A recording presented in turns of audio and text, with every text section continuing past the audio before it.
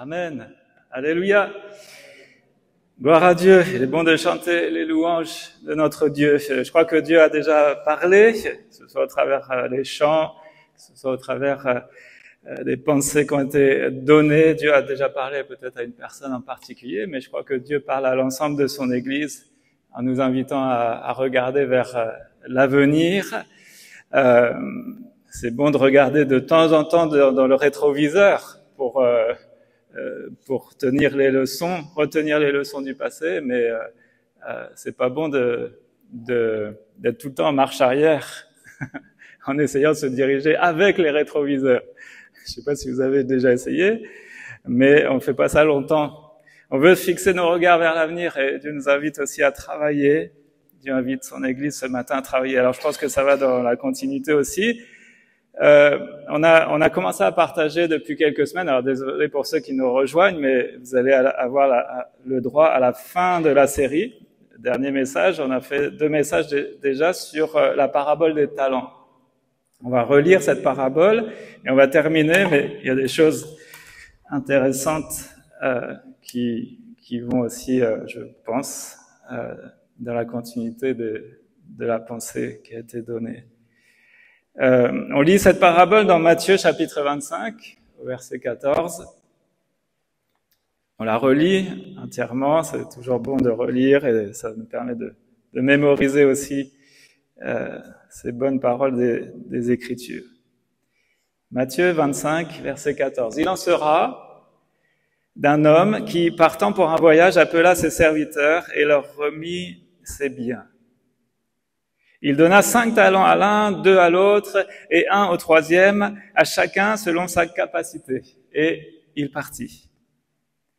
Aussitôt, celui qui avait reçu les 5 talents s'en alla, les fit valoir, et il gagna 5 autres talents. De même, celui qui avait reçu les 2 talents en gagna 2 autres. Celui qui n'en avait reçu qu'un alla faire un creux dans la terre et cacha l'argent de son maître. Longtemps après, le maître de ses serviteurs revint et leur fit rendre compte. Celui qui avait reçu les 5 talents s'approcha, en apporta 5 autres talents. Et il dit, « Seigneur, tu m'as remis 5 talents, voici, j'en ai gagné 5 autres. » Son maître lui dit, « C'est bien, bon et fidèle serviteur.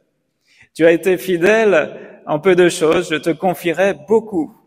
Entre dans la joie de ton maître. » Celui qui avait reçu les 2 talents s'approcha aussi et dit, « Seigneur, tu m'as remis 2 talents, voici, j'en ai gagné 2 autres. » Son maître lui dit, « C'est bien, bon et fidèle serviteur, tu as été fidèle en peu de choses, je te confierai beaucoup. Entre dans la joie de ton maître. » Celui qui n'avait reçu qu'un talent s'approcha aussi. S'approcha ensuite et il dit, « Seigneur, je savais que tu es un homme dur, qui moissonne où tu n'as pas semé, et qui amasse où tu n'as pas vanné. J'ai eu peur, et je suis allé cacher ton talent dans la terre. Voici, prends ce qui est à toi. » Son maître lui répondit, « Serviteur méchant et paresseux. Tu savais que je moissonne où je n'ai pas semé et que j'amasse où je n'ai pas vanné. Il te fallait donc remettre mon argent au banquier et à mon retour, j'aurais retiré ce qui est à moi avec un intérêt. Ôtez-lui donc le talent et donnez-le à celui qui a les 10 talents, car on donnera à celui qui a et il sera dans l'abondance, mais à celui qui n'a pas, on ôtera même ce qu'il a. Et le serviteur inutile, jetez-le dans les ténèbres du dehors, où il y aura des pleurs et des grincements de dents. Amen. » Alors on est toujours partagé, je sais pas pour vous, mais en lisant cette parabole, on est toujours partagé entre l'excitation d'entendre ces paroles, entre dans la joie de ton maître, bon et fidèle serviteur, mais aussi le terrible coup près qui tombe sur ce 3e serviteur qui n'a pas fait valoir ses talents, le talent qu'il avait reçu de la part du Seigneur. Alors on avait déjà réfléchi à plusieurs aspects. Le premier aspect qu'on avait évoqué, c'était que que Dieu donne à chacun selon sa capacité. Je rappelle qu'un talent, c'est quoi? C'est un poids en or ou en argent, en matériaux précieux, et c'est un poids estimé à environ peut-être une 30aine de kilos. Donc si vous recevez 5 talents, c'est 5 fois 30 kilos.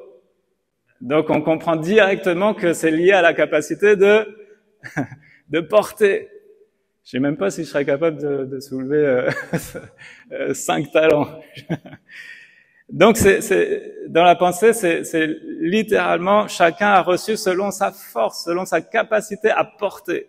Et quand je transpose les choses, eh bien les talents, c'est quoi? Ce sont des choses précieuses que Dieu nous donne, quelles qu'elles soient. On avait vu, à commencer par notre propre vie, notre propre santé, notre cœur. Veille sur ton cœur plus que toute autre chose. C'est des choses précieuses que on a reçues de Dieu. On doit veiller sur ça, mais on doit faire valoir. C'est des choses précieuses qu'on a reçues dans nos relations, une famille, une épouse, un mari, des enfants. C'est des choses précieuses. On doit en prendre soin, mais on doit les faire valoir devant Dieu. C'est aussi peut-être des biens matériels, oui, de l'argent, peut-être des possessions. C'est aussi des capacités, des talents, des capacités, des savoir-faire. Et ce sont là autant de choses précieuses que Dieu nous donne et que l'on doit faire valoir. Ça peut être aussi des responsabilités. Et quand on parle de responsabilité, c'est là qu'on comprend aussi l'aspect de la charge, du poids que parfois il faut porter. Et je peux avouer, je peux être très franc avec vous en disant qu'il y a certains hommes de notre société qui ont reçu des grandes responsabilités, mais pour rien au monde je voudrais être à leur place. Par exemple, les présidents de la République, pour rien au monde je voudrais être à sa place, par rapport à tout ce qu'il a apporté, sa charge, sa responsabilité. Donc chacun a reçu selon ses capacités à porter des choses précieuses, mais aussi à les faire valoir. Donc chacun selon sa capacité. Je reviens pas là-dessus. Ensuite, on avait évoqué le fait que Dieu est libre et il est souverain dans les dispensations de ses grâces. S'il a donné 5 talents à Sarah et seulement 2 à moi, Dieu sait ce qu'il fait. Dieu sait ce qu'il fait.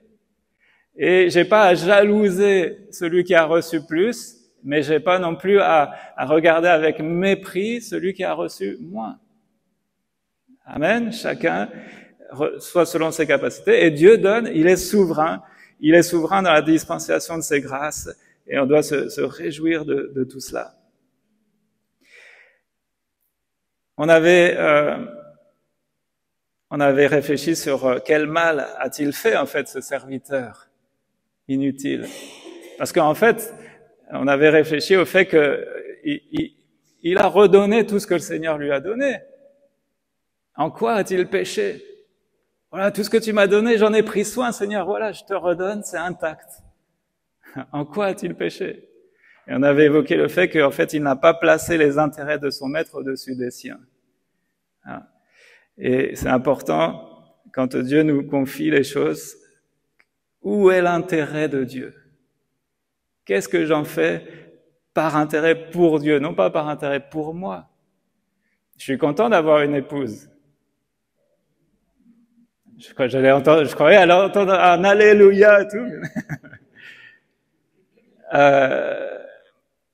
C'est une charge, c'est un fardeau, c'est lourd à porter. Mais c'est précieux. Mais je suis conscient que l'épouse que Dieu me donne, c'est pas seulement pour moi, pour mes besoins à moi, même si elle comble beaucoup de mes besoins. Mais c'est avant tout pour servir Dieu que Dieu m'a donné l'épouse qu'il m'a donnée. Et on peut transposer à tout ce que le Seigneur nous donne. Est-ce que je le fais valoir pour moi uniquement ou pour Dieu? Et donc c'est un véritable trésor. Un talent, imaginez, on peut transposer en disant c'est des lingots, c'est comme des lingots d'or qu'on vous donne, c'est quelque chose, c'est un trésor, un véritable trésor à nous de faire fructifier. On avait évoqué le fait, la grâce de Dieu dans la confiance qu'il accorde, parce que vous avez certainement remarqué que ce maître, il donne les talents à ses serviteurs et puis il part. Ça veut dire quoi? Il leur fait confiance. Il leur fait confiance. Et je pense que c'est une source d'encouragement. Je veux vous encourager ce matin en répétant que Dieu a foi en nous, en fait. Dieu nous fait confiance. Foi avec confiance en disant, voilà, j'ai investi en lui, j'ai investi en elle, et je m'attends à ce que les choses fructifient, portent du fruit. Il nous fait confiance, une marque de confiance. Nous, on a foi en Dieu, on parle souvent de notre foi en Dieu, mais Dieu a foi en nous. Amen. Et on va terminer 2 points aujourd'hui. Le premier, c'est la grâce de Dieu dans son, on pourrait dire dans sa délicatesse ou dans son tact. En fait, le maître, c'est vrai qu'il est parti, il fait confiance, mais en fait, il n'a pas dit ce qu'il fallait faire de ses talents.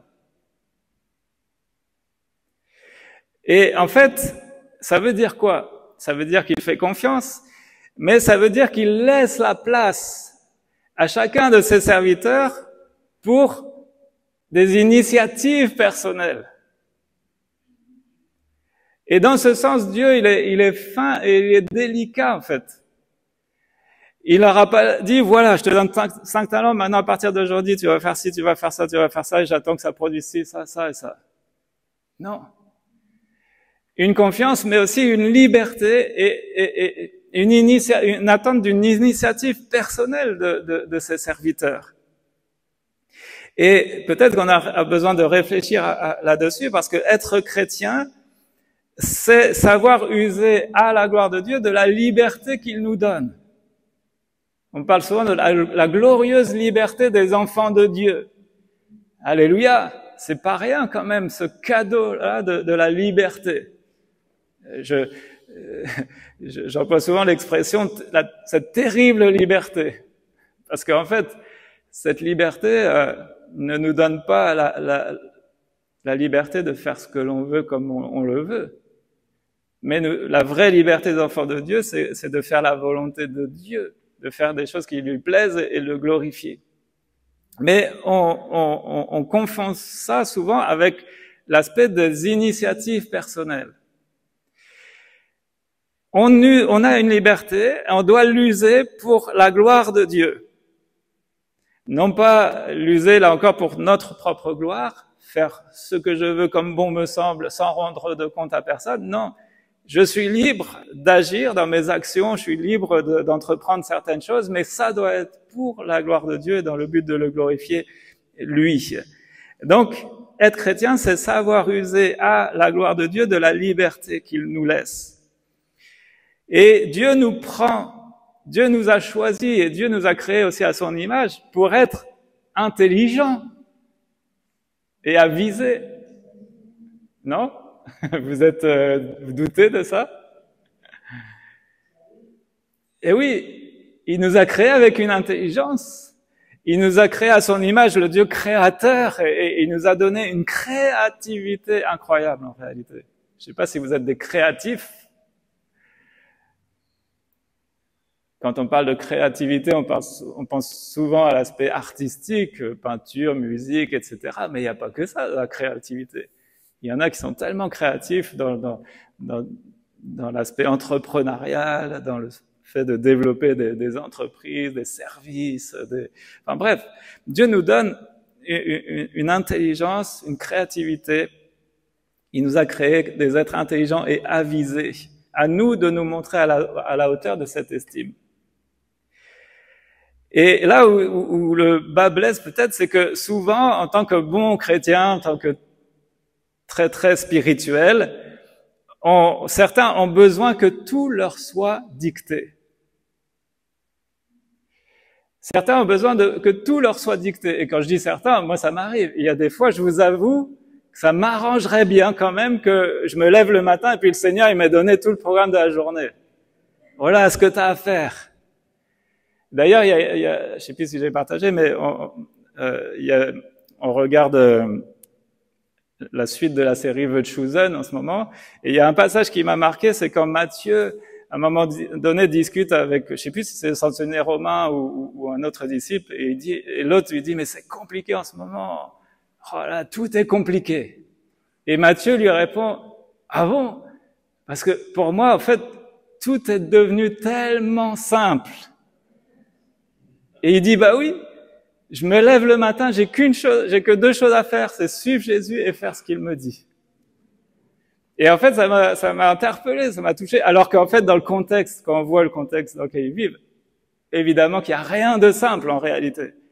Mais lui, il vit les choses comme ça. C'est tellement simple.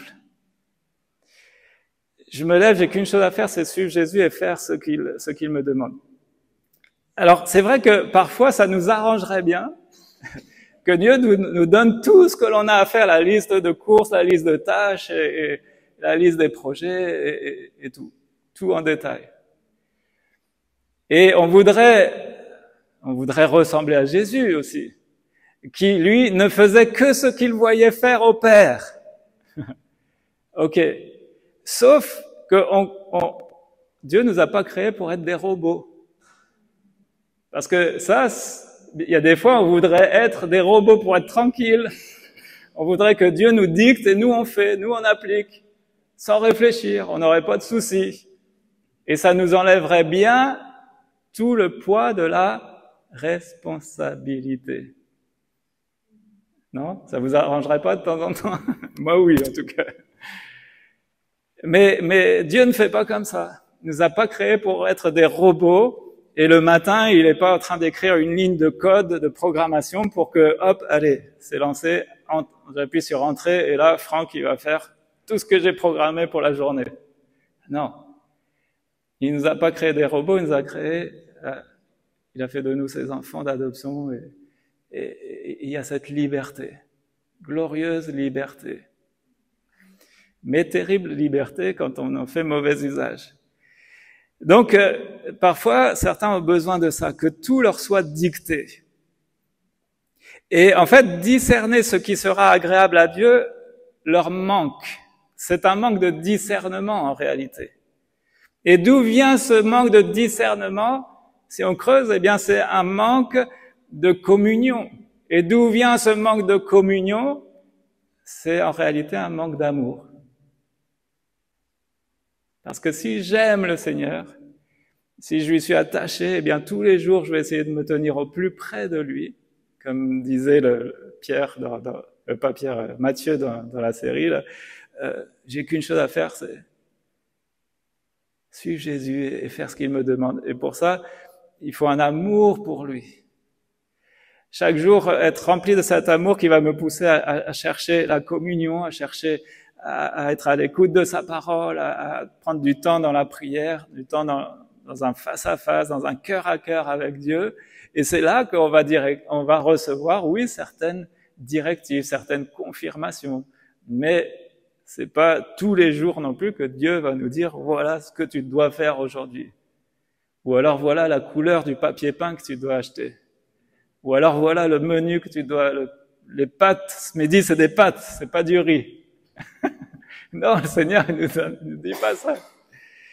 Donc, il laisse l'initiative à ses serviteurs. Et c'est la raison, en fait, pour laquelle le serviteur livré à sa propre initiative, le serviteur inutile, lui, il n'a rien fait. Il n'a rien fait. Pourquoi? Certainement par manque de discernement, par manque d'amour, par manque de connaissance de qui est vraiment le maître, le Seigneur. On va le voir après, cette méconnaissance. Il n'a pas compris quelle est la place de l'initiative personnelle dans le service de Dieu. Vous savez, il n'y a pas de révélation pour toute action. Et c'est pour ça qu'il faut savoir agir avec de la réflexion, de la déduction. Et le Seigneur aussi nous assiste et nous donne évidemment l'assistance du Saint-Esprit, l'inspiration, la conduite, la direction, la confirmation, tout ça. Mais on doit être à l'initiative parfois. Paul, par exemple, il a eu des révélations extraordinaires. Il parle de l'excellence des révélations qu'il a reçues, mais il a aussi su agir avec... parfois, il a conçu des plans, il a conçu des projets, il a pris des directions, et c'est en prenant ces directions que là, le Seigneur lui a dit non, ok, là, c'est pas là, c'est là.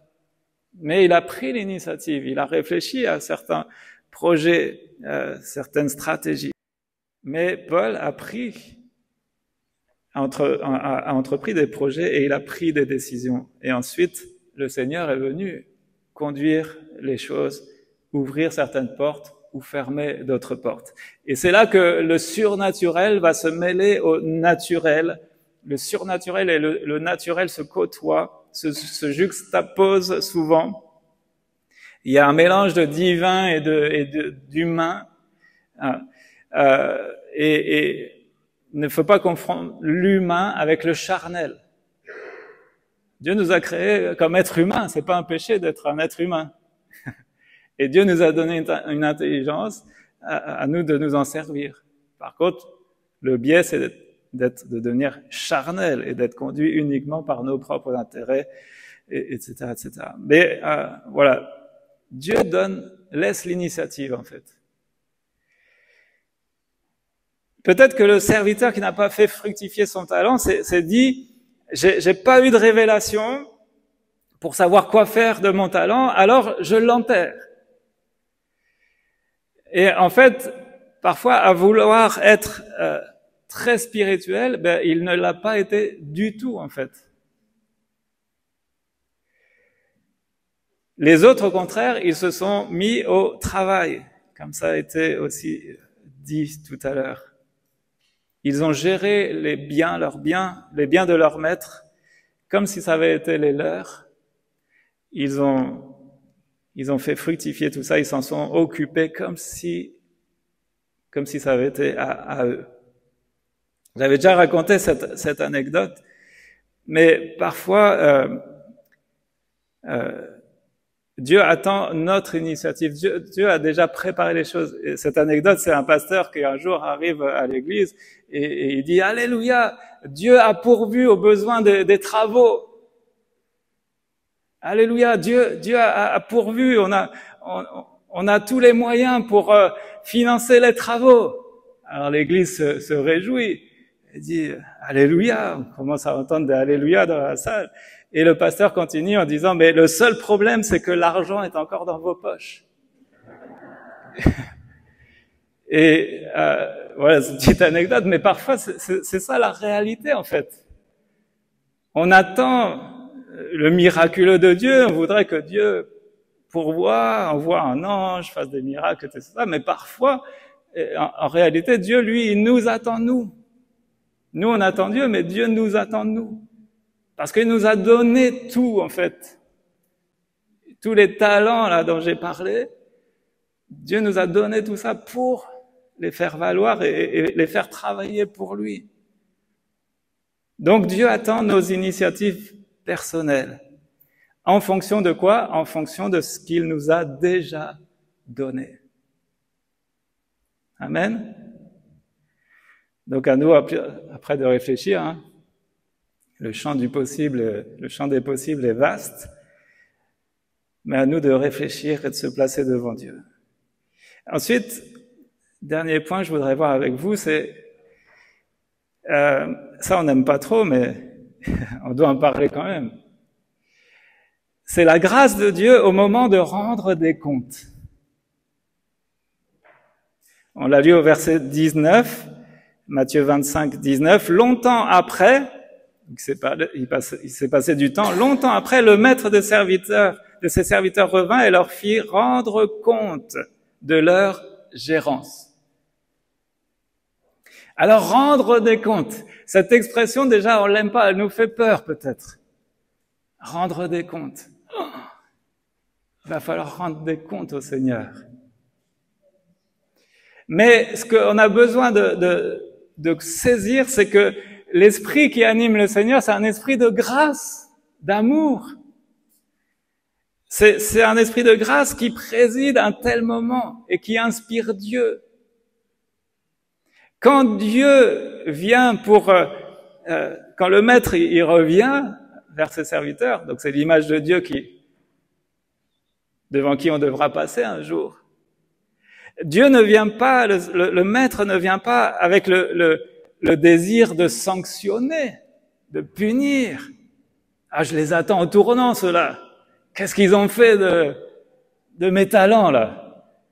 Non, le Seigneur, lui, il vient dans le but de récompenser, en fait. Pas de sanctionner, mais de récompenser. Il se réjouit à l'avance de dire, je leur donne ça, je leur ai fait confiance, je sais ils ont certainement fait du bon travail avec ce que je leur ai confié et je vais pouvoir les récompenser. C'est ça l'esprit qui anime le Seigneur. Pas un esprit pour sanctionner, mais un esprit pour récompenser. Et en fait, la réalité dans l'autre sens, c'est qu'un serviteur fidèle, les serviteurs fidèles sont heureux de rendre compte. Je vous laisse réfléchir à ça. Les serviteurs fidèles sont heureux de rendre compte, un peu comme un élève qui est tout heureux de présenter son bulletin de notes parce qu'il a bien travaillé. Quand on a fait du bon travail, il n'y a pas de honte et il n'y a pas de peur. Il n'y a que quoi? De la fierté. La fierté. De la fierté. Regarde papa, maman, regarde mon bulletin. Devant le Seigneur, c'est la même chose. Si on a bien travaillé avec les bonnes motivations, on n'a pas de crainte à avoir.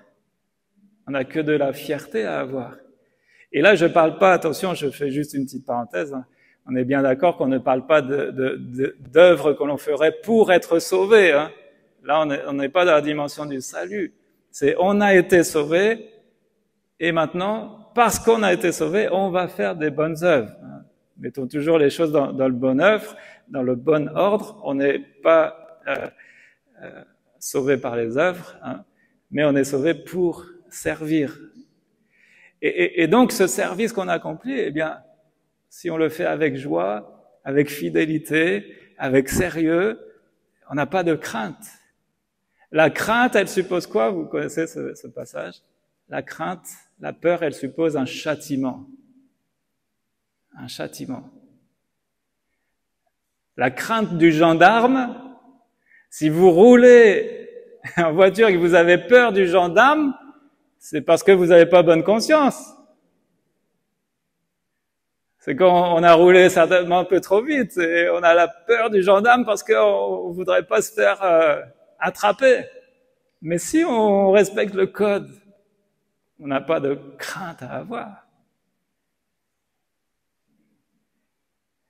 La crainte, la peur, elle suppose un châtiment. Mais l'amour parfait de Dieu a banni la crainte. Si nous, on marche dans cet amour et qu'on a conscience que notre Dieu, notre Père, notre Seigneur, notre Maître, c'est un Maître d'amour, rempli d'amour pour nous, on n'a pas de crainte. Et donc, on va être heureux de rendre des comptes. Dieu, là, encore une fois, n'est pas un maître comme les autres. Il vient avec la pensée de trouver du fruit et non avec l'idée préconçue qu'il n'y aura pas de fruit. Ça fait penser un peu à cet épisode du figuier. Vous vous souvenez, ce figuier maudit, là? En fait, Jésus, il arrive vers ce figuier avec quel état de cœur? Il attend du fruit. Il se réjouit certainement à l'avance de « Ah, super, on a trouvé un figuier, on va pouvoir se régaler. » Et là, paf, il n'y a rien, stérile. Et du coup, il va maudire, et on sait que c'est une image d'Israël. Dieu attend de son peuple qu'il porte du fruit, et il n'y a rien. C'est même le contraire, il produit de mauvais fruits. Et donc, Dieu est obligé, malgré lui, c'est pas son cœur, c'est pas son désir, c'est pas son envie, c'est pas son attente, mais obligé de juger, d'intervenir. Il vient avec la pensée de trouver du fruit. Vous savez, Dieu en fait, il ne soupçonne pas le mal. C'est parce que lui, il est dans l'amour véritable. L'amour vrai qui ne soupçonne pas le mal. Alors évidemment que Dieu, lui, il a la connaissance absolue de toutes choses. Alors il connaît le mal, il sait. Mais il ne soupçonne pas, il ne l'attend pas de la part de ses serviteurs. Il ne l'envisage pas, en fait, de la part de ses serviteurs. C'est pas son cœur de père. De repentance. Je suis désolé, Père, j'ai dilapidé ce que tu m'as donné. Les choses que tu m'as données, les choses précieuses qui sont mon héritage. Je les ai dilapidées. Je suis plus digne d'être ni appelé ton enfant, ni même un esclave. C'est encore une grâce que d'être ton esclave dans ta maison. Et le Père le rétablit entièrement, en fait. Et lui, ce serviteur dans cette parabole-là, s'il avait eu ce langage d'humilité, en disant, écoute Seigneur, voilà, je suis désolé, l'autre qui a reçu 5, il a donné 5, celui qui a reçu 2, il a donné 2, moi j'en avais 1, mais je suis désolé, j'ai pas su faire. Je suis désolé, je te demande pardon. Ben là, la suite aurait été tout à fait différente. Mais il n'a pas ce langage humble du fils prodigue, repentant. En fait, il vient en accusant Dieu. Au lieu de s'accuser lui-même de son mauvais travail, il vient et l'accuse Dieu. Je sais que tu as un maître dur. Et il commence à parler pour se justifier, alors qu'en fait, personne ne l'accuse. Même le maître, il revient, il lui a rien reproché, il l'a accusé de rien du tout pour l'instant. Il y a pas de... Donc, en réalité, le jugement qui va être prononcé, c'est ce serviteur infidèle qui le prononce lui-même.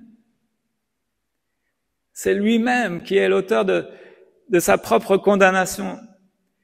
Ce que le maître va dire, c'est que la reprise de ses propres paroles. Son maître lui répond, « Vaurien, fainéant, tu savais que je moissonne là où je n'ai pas semé et que je récolte là où je n'ai pas répandu de semences. Si tu savais ça, tu aurais dû placer mon argent chez le banquier. À mon retour, j'aurais récupéré le capital et les intérêts. »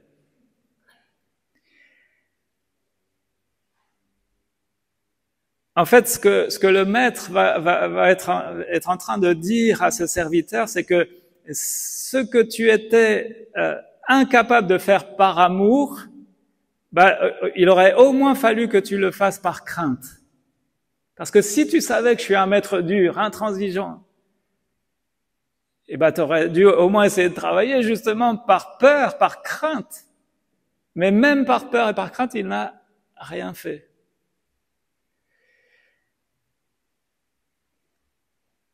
Ce que tu étais incapable de faire par amour, il aurait fallu le faire par crainte, mais le faire quand même. Et en fait, le Seigneur, vous savez, il lit dans nos cœurs, vous le savez.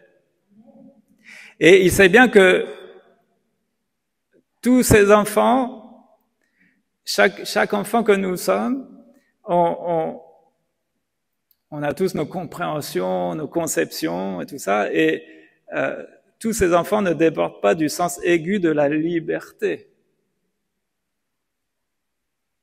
La liberté qui est un prétexte pour faire des bonnes choses. On a tous nos défauts, on a tous nos lacunes en fait. Mais quelles que soient nos lacunes, mieux vaut alors servir par devoir que de ne pas servir du tout. Vous savez, le plus terrible, je crois, c'est de ne rien faire. Et c'est ça que reproche ce maître à ce serviteur. N'avoir rien fait. Il a enterré le talent. Et il n'en a rien fait. Évidemment, Dieu examine les motivations de nos cœurs. Et ce qu'il voudrait, c'est qu'on agisse, qu'on fasse l'œuvre de Dieu par amour, motivé par un amour, un attachement, un zèle pour sa maison qui nous dévore, voilà, les bons sentiments. Mais si on agit par crainte, parce qu'on se dit, oh là là, Seigneur, il a de fortes exigences, c'est le roi, c'est le maître, alors il faut quand même que je travaille. Mais même si on travaille par crainte, au moins on aura travaillé. Vous comprenez? On a le droit il vaut mieux quand même avoir un peu de crainte, une crainte toute respectueuse pour le Seigneur. Mais le pire du pire, c'est de ne rien faire. ne rien faire. Et c'est à cause de ça que ce serviteur va être jugé de paresseux, inutile, infidèle. Mon désir, déjà pour moi, mais pour chacun d'entre nous, je pense que c'est le désir du Seigneur, c'est que que aucun de nous ne s'entendre dire un jour par le Seigneur ces terribles paroles, je vais les reprendre. Le serviteur inutile, jetez-le dans les ténèbres du dehors. Où il y aura des pleurs, des grincements de dents, ça parle de regrets et de souffrances. Des regrets et des souffrances éternelles. Le Seigneur ne veut ça pour aucun d'entre nous ici. Donc, je termine par une réflexion pour conclure.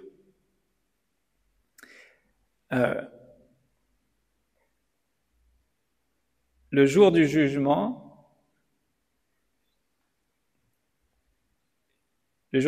sera marqué par deux choses. Les récompenses d'un côté, mais les regrets de l'autre. Alors, c'est quoi qu'on veut? Qu'est-ce qu'on veut s'entendre dire? Serviteur inutile ou bon et fidèle serviteur, entre dans la joie de ton maître. N'ayons pas peur d'utiliser nos talents et nos compétences. N'ayons pas peur, et ça fera encore l'objet de d'autres réflexions, n'ayons pas peur de prendre des initiatives, de faire des choses. Que faisons-nous de nos dons? Que faisons-nous de nos talents? Que faisons-nous des choses précieuses que Dieu nous a données? Qu'en faisons-nous?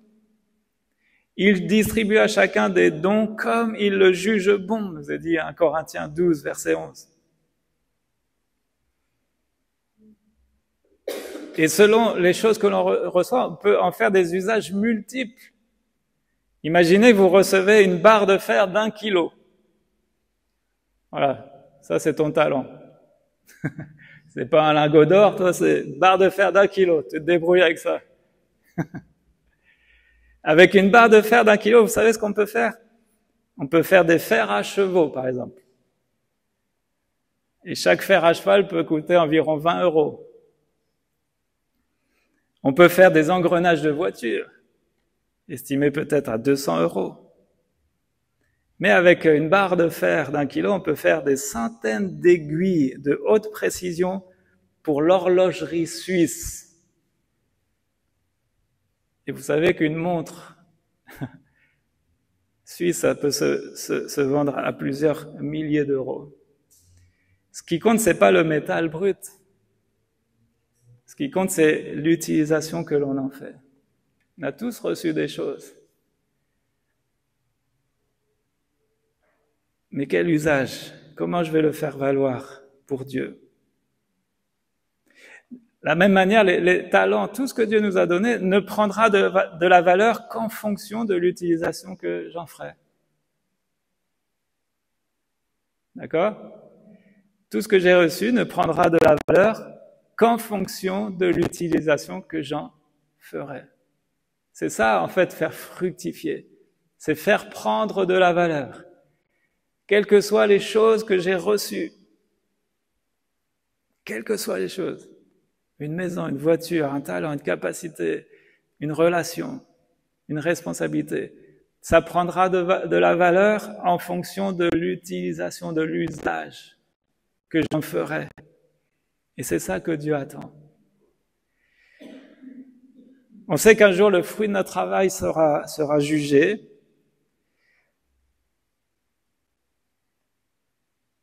La nature de chaque ouvrage, c'est dans 1 Corinthiens 3, verset 13, on peut peut-être le relire, je l'ai noté dans la parole vivante, mais 1 Corinthiens 3, verset 13.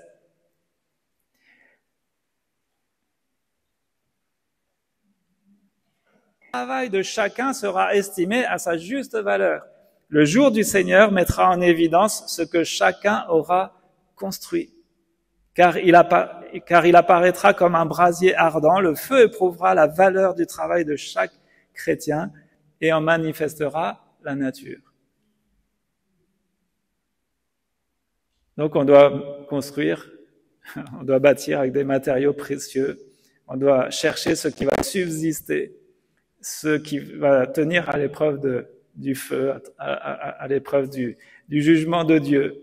Et on sait que là, on sait que Dieu examinera notamment nos motivations. Hein. Alléluia.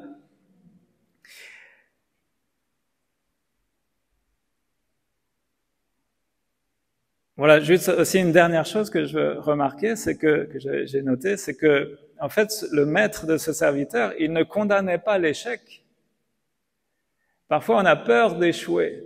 Le manque d'initiative, parfois, est motivé par une peur d'échouer. Parfois, ça peut être la peur du jugement, la peur du qu'en dira-t-on, mais aussi la peur d'échouer.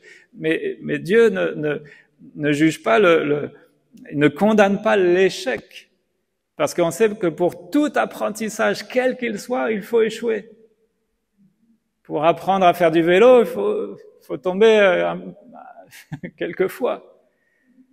Vous avez tous appris à marcher. Combien de fois vous êtes tombés avant de savoir marcher? Vous avez compté?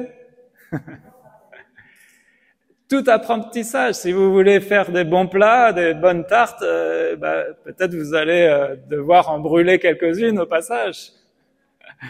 Tout apprentissage passe par l'échec. Vous pourrez jamais apprendre un instrument si vous ne faites pas quelques fausses notes. Donc Dieu ne condamne jamais l'échec. Ce qu'il condamnera, c'est le manque d'initiative et c'est le fait de ne rien faire. Alors, prenons le risque. Amen. Voilà, Seigneur, aide-nous. Et Seigneur, merci déjà parce que je sais qu'à chacun d'entre nous dans ce lieu, il y a aucune exception. Tu nous as tous donné. Tu nous as tous donné des choses précieuses. Et évidemment, la chose la plus précieuse, je crois que c'est évidemment ton salut, ta grâce, la vie éternelle. Et je te bénis pour cela. Mais en plus de ce salut, tu nous as comblés de toutes sortes de grâces, de bénédictions, de tous ordres, Seigneur. Et je te prie, Seigneur, pour que toutes ces choses précieuses dont nous avons la charge, la responsabilité, eh bien, tu nous aides à les faire valoir, tu nous aides à les faire fructifier, et tu nous aides à les mettre en valeur, Seigneur. Tu nous aides à en faire usage pour toi, Seigneur, quel que soit le domaine, Seigneur. Seigneur, on ne veut pas ressembler, Seigneur, à ce serviteur inutile qui n'a rien fait, Seigneur. Alors viens nous en aide. Il nous a été, je pense que le Saint-Esprit a insisté ce matin, Seigneur, sur le fait de nous voir au travail, à l'œuvre, sur le fait de projeter nos regards vers l'avenir et d'envisager, voilà, des projets, des œuvres, des actions que nous pouvons accomplir, des œuvres que toi aussi tu as préparées à l'avance. Seigneur, donne-nous cet esprit d'initiative, donne-nous cet esprit, j'allais dire, d'entreprise, d'œuvre spirituelle.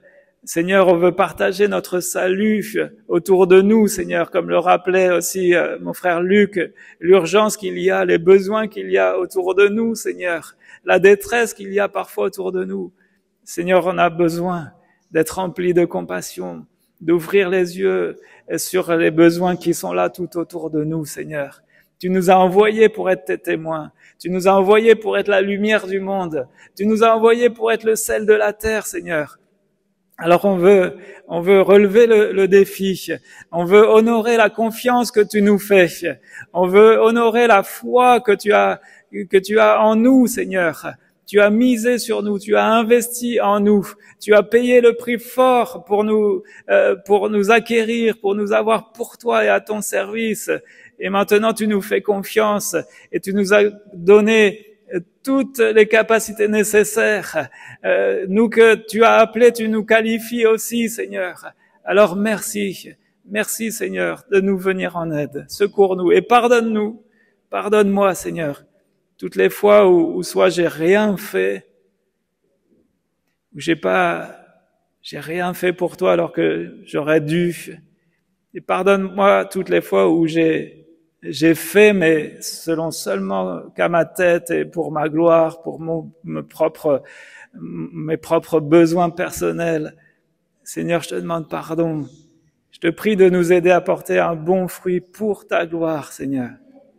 Et je te prie pour que tous ensemble, l'Église que nous sommes, Seigneur, même si on vient de différents endroits, nous sommes ton Église, Seigneur. Je te prie pour que ton Église, porte ce fruit pour toi. Et que un jour on puisse entendre ces bonnes paroles de ta bouche. Entre dans cette joie éternelle. Entre dans ce paradis de Dieu. Entre dans cette félicité. Et entre dans la gloire, bon et fidèle servante. Bonne et fidèle servante, bon et fidèle serviteur. Amen. Amen. Alléluia. Amen. Amen.